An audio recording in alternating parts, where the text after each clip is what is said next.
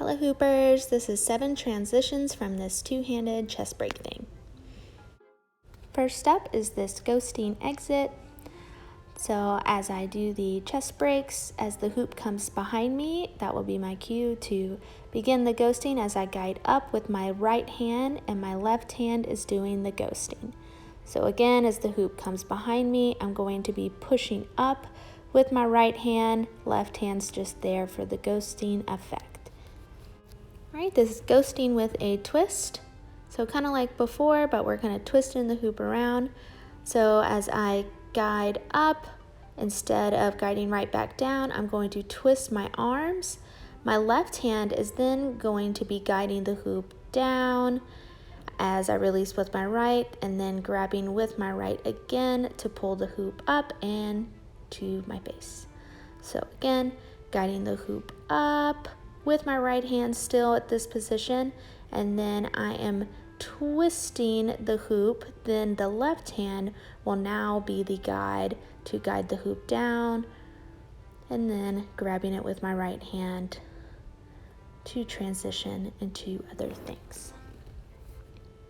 This is the downward escalator exit.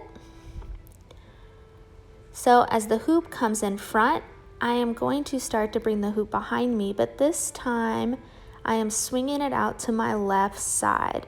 As I do, I'm going to release with my right hand, and my left hand will continue to guide the hoop into that right hip crease to go into that downward escalator.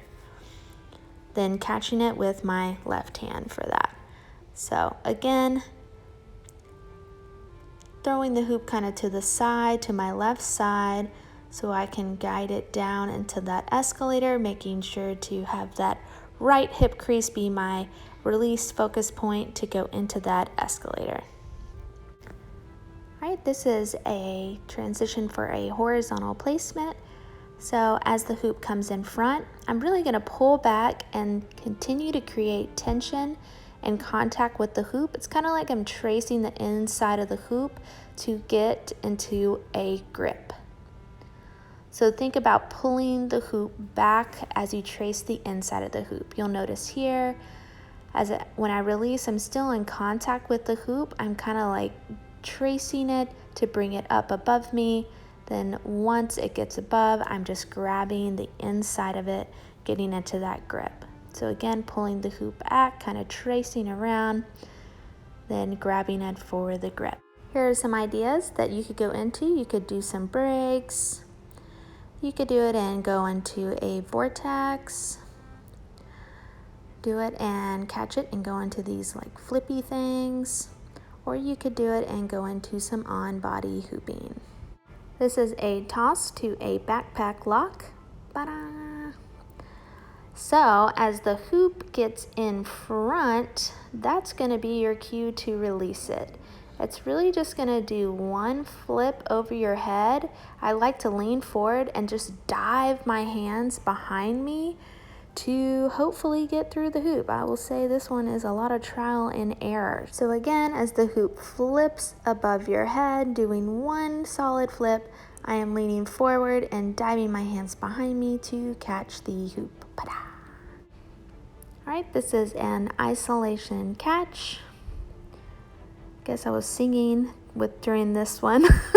So as the hoop comes in front, I'm just going to guide it up and be catching it with my hands to go into a two-handed isolation, one-handed isolation, whatever you would like to do here. This one's pretty simple. All right, this one you can just release into horizontal chest breaks. So this is a great one to do to go into horizontal weaves, or you could go into a lasso or other things like that. I am just releasing with my left hand to go into some breaks. Not going to go into depth here, but here are a few ways that I like to get into this move. From a no-handed smear, you can also do a right releasing coin flip or the usual left releasing coin flip. You could do it from an upward escalator. You could do it from breaks, so going into those shoulder breaks, stopping the hoop. You could do it from a pizza toss, And you could do it from a wedgie. Alright, so I hope you guys enjoyed this tutorial and happy hooping!